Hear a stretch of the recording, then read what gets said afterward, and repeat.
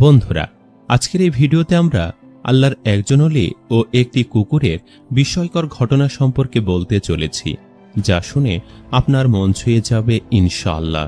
তাই ভিডিওটি একবারে শেষ পর্যন্ত দেখবেন। একজন নেককার বান্দা পাহাড়ের গুহায় দিনরাত আল্লাহ তাআলার ইবাদতে মশগুল থাকতেন। আল্লাহ তাআলা তার খাওয়া দাওয়ার ব্যবস্থা একটি গাছের মাধ্যমে করে দিয়েছিলেন। আল্লাহ তাআলা তার ইবাদতে এতটাই খুশি ছিলেন যে তার ইবাদতখানার পাশেই একটি ডালিমের গাছকে জন্মিয়ে দিয়েছিলেন। আল্লাহ তাআলা প্রতিদিন সেই ডালিমের গাছ থেকে তার খাবার দাবার এভাবে ব্যবস্থা করতেন যে সে প্রতিদিন সেই গাছে 3টি করে ডালিম পেত, আর সেই নেক বান্দাটি সেই ডালিমগুলি খেয়ে নিত এবং আল্লাহ তাআলার ইবাদতে মশগুল হয়ে যেত। এভাবেই দিন কাটতে থাকল। সেই আবিদ বান্দাটি ভাবল যে এগুলি আমার রিজিক, আমি এভাবেই খাবার দাবার করব এবং শুধুমাত্র আল্লাহ তাআলার ইবাদতে মশগুল থাকব। একবার আল্লাহ তাআলা তার পরীক্ষা নিতে শুরু করলেন, কেননা যারা আল্লাহ তাআলার নেক বান্দা হয়ে থাকে, আল্লাহ তাআলার ইবাদত করে থাকে, আল্লাহ তাআলা তাদের পরীক্ষাও নিয়ে থাকেন। একবার এমন ঘটল যে সে ডালিম গাছে আর ডালিম ধরল না। একদিন কেটে গেল, সে ধৈর্য ধারণ করল। দ্বিতীয় দিনে আল্লাহ সুবহানাহু ওয়া তাআলা ডালিম দিলেন না, সে ধৈর্য ধরল। তৃতীয় দিনও তার সঙ্গে এমনটাই ঘটল। আল্লাহ তাআলা তাকে ডালিমের নিয়ামত থেকে বঞ্চিত রাখলেন, কেননা তার রব তার পরীক্ষা নিচ্ছিলেন যে আমার বান্দা আমার উপর কতটা ভরসা করে। সে আমার কাছে যায় না, আবার অন্য কারো কাছে গিয়ে চাইতে শুরু করে। এখন সেই ব্যক্তিটি অনেক ক্ষুধার্ত হয়ে পড়েছিল, আর সে অনেক ভয় পেতে শুরু করল। সে আল্লাহ তাআলার দরবারে না চেয়ে সে লোকজনদের কাছে চাওয়ার জন্য বেরিয়ে পড়ল। যখন সে তার ইবাদতের জায়গা থেকে বেরিয়ে আসলো, তখন সে একটি বাড়ি দেখতে পেল। সেই বাড়িটি একজন মুসলমানের ছিল, কিন্তু সেই মুসলমান ব্যক্তিটি একজন চোর ছিল। আল্লাহ তাআলা তো দূরের কথা, সে আল্লাহ তাআলার বান্দাদেরও পছন্দ না, অর্থাৎ তাদের জিনিসপত্র চুরি করত। সে শুধু নামমাত্র মুসলমান ছিল, তার ভেতরে এমন কোনো আমলই ছিল না যার জন্য তাকে ভালো মুসলমান বলা যেতে পারে। যাই হোক, সে নেককার বান্দাটি ভাবল, আমি এই মুসলমানের বাড়িতে গিয়ে খাবার চাই, কিন্তু আমি তো শুনেছিলাম যে সে একজন চোর। কিন্তু ছাড়ো, চোর হয়েছে তো কি হয়েছে, এই সময় তো আমি অনেক ক্ষুধার্ত, আর এই সময় সে আমাকে সাহায্য করতে পারবেই, কেননা এছাড়া আশেপাশে অন্য কোনো বাড়িও নেই। তাই এটি ভেবে সে তার দরজায় গেল, আর দরজায় গিয়ে আওয়াজ দিল। সে চোরটি দরজা খুলল আর জিজ্ঞাসা করল, তুমি কে? কোথা থেকে এসেছ? তোমার কি প্রয়োজন? তখন সেই আবিদ ব্যক্তিটি বলতে লাগল, ওপারে যে পাহাড়ের গুহাটি রয়েছে, আমি সেখানে থেকে আল্লাহ তাআলার ইবাদত করি। অনেকদিন ধরে আমি সেখানেই থাকছি। আল্লাহ তাআলা আমার জন্য সেখানে একটি ডালিমের গাছও জন্মিয়ে দিয়েছিলেন, আর সেই ডালিম খেয়ে আমি আমার পেট ভরতাম। কিন্তু 3 দিন ধরে সেই ডালিম গাছে আর ডালিম ধরছে না, তাই আমি ক্ষুধায় কাতর হয়ে গেছি। তো ভাবলাম যে হতে পারে তুমি আমাকে সাহায্য করতে পারো, কেননা আমি অনেক ক্ষুধা অনুভব করছি। যদি খাবার কিছু থাকে তাহলে আমাকে দিয়ে দাও, আমি অনেক ক্ষুধার্ত। তার কথা শুনে চোরের মনের মধ্যে না জানি কি খেয়াল আসলো।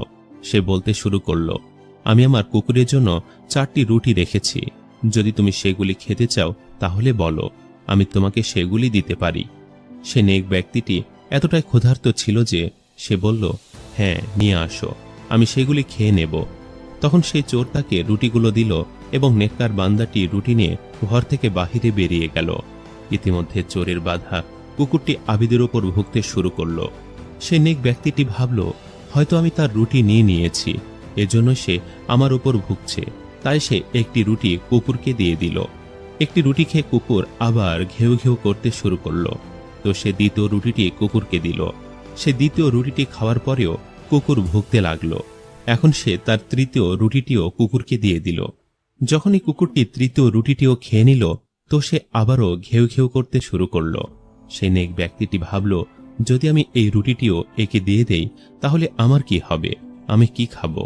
তো সেই আবেদ ব্যক্তিটি রেগে গিয়ে সেই কুকুরকে বলতে লাগলো, তুমি এতটাই বেশরম এবং লোভী যে আমি তোমারই মালিকের কাছে এই রুটিগুলি ভিক্ষা চেয়ে নিয়েছি, আর তুমি আমাকে রুটিগুলি খেতে দিচ্ছ না, বরং তুমি 3টি রুটি পূর্বেই খেয়ে নিয়েছ, আর এখন যে চতুর্থ রুটিটি বেঁচে আছে এটি তো কমপক্ষে আমাকে খেতে দাও। এতটুকুন তো বিশ্বস্ত হয়ে যাও নিজের মালিকের। ব্যাস, এমনটা বলার বাকি ছিল। আল্লাহ তাআলা সেই কুকুরকে কথা বলার ক্ষমতা দান করলেন। সেই কুকুরটি মানুষের মতো বলতে শুরু করলো, এ মানুষ, তুমি তো এতটাই ইবাদতকারী, আল্লাহ তাআলার একজন নেক বান্দা, আল্লাহ তাআলার ইবাদতকারী। আল্লাহ তাআলা তোমাকে উপহার স্বরূপ একটি ডালিমের গাছ দান করলেন। তোমাকে কখনো ক্ষুধার্ত রাখলেন না, বরং আল্লাহ তাআলা তোমাকে জান্নাতি ফল এবং ডালিম খাওয়ালেন। তুমি আল্লাহ তাআলার সঙ্গে কি এমন দফাদারি করলে? তুমি আমাকে বললে যে আমি বেশরম, লোভী, কিন্তু আমি এতটাই বিশ্বস্ত যে আমি সেই রুটিটি চাইছি যেটি আমার মালিক আমার জন্য রেখেছিল। তুমি তো আল্লাহ তাআলার ইবাদতকারী। তোমার কি আল্লাহ তাআলার উপর ভরসা ছিল না? তোমার কি তাওয়াক্কুল ছিল না যে তুমি পরের কাছে, অর্থাৎ মানুষের কাছে সাহায্য নেওয়ার জন্য বেরিয়ে পড়েছ? আর একজন চোর তোমাকে সাহায্য করল, তুমি তার রুটি খেতেও রাজি হয়ে গেলে। তুমি কি 3 দিনের ক্ষুধা সহ্য করতে পারতে না? তোমার রব কি তোমাকে ক্ষুধার্ত রাখত? সে তো তোমার পরীক্ষা নিচ্ছিল। আমি তো একটি পশু, কিন্তু তুমি তো একজন মানুষ। তোমার ভরসা কি করে তোমার রব থেকে সরে গেল? তুমি কি আল্লাহ তাআলার বারগাহে চাইতে পারতে না? আল্লাহ তাআলার কাছে দোয়া করতে পারতে না? কিন্তু না, তুমি একজন মানুষের কাছে সাহায্য চাইতে চলে আসলে, আর এমন এক মানুষ যে তোমার রবকে মানে না। এ সমস্ত কথাগুলি শোনা মাত্রই সেই আবিদ ব্যক্তিটি অঝোর নয়নে কান্না শুরু করে দিল। সে আবারও তার পাহাড়ের গুহায় ফিরে আসলো আর আল্লাহ তাআলার দরবারে সেজদায় পড়ে গেল আর কান্না করতে করতে মাফ চাইতে লাগলো। ইয়া আল্লাহ, আপনি আমাকে মাফ করে দিন, আমার ভুলকে মাফ করে দিন। এ আমার আল্লাহ, আমি এটি ভাবিনি আপনি আমাকে এই নির্জন জায়গায় কিভাবে খাবার দাবার দিলেন। কোনো মানুষ এখন পর্যন্ত আমাকে সাহায্য করেনি। আমি যা কিছুই পাচ্ছিলাম তা আমাকে আপনি দিচ্ছিলেন। কি করে আমার ঈমান এত ছোট হয়ে গেল? এ আমার রব, আপনি আমার পরীক্ষা নিলেন আর আমি আপনার পরীক্ষায় পাশ করতে পারলাম না, কিন্তু আমি আপনার বারগাহে সত্য মনে তওবা করছি। আমি আপনার কাছে ক্ষমা প্রার্থনা চাচ্ছি। এ আমার রব, আপনি আমাকে মাফ করে দিন। আপনি তো পরম দয়ালু ও রহমানুর রাহিম। সেই বান্দাটি এভাবেই আল্লাহ তাআলার দরবারে কেঁদে কেঁদে মাপ চাচ্ছিল। আল্লাহ তাআলা তার উপর রহম করলেন আর সেই গাছে আবারও ডালিম ধরা শুরু করল। জান্নাতের সেই নিয়ামত আল্লাহ তাআলা আবারও তাকে দান করলেন। তো বন্ধুরা, কেমন লাগলো আমাদের আজকের এই ভিডিওটি? কমেন্ট করে অবশ্যই জানাবেন। আজ তাহলে এই পর্যন্তই। আপনারা ভালো থাকবেন, সুস্থ থাকবেন।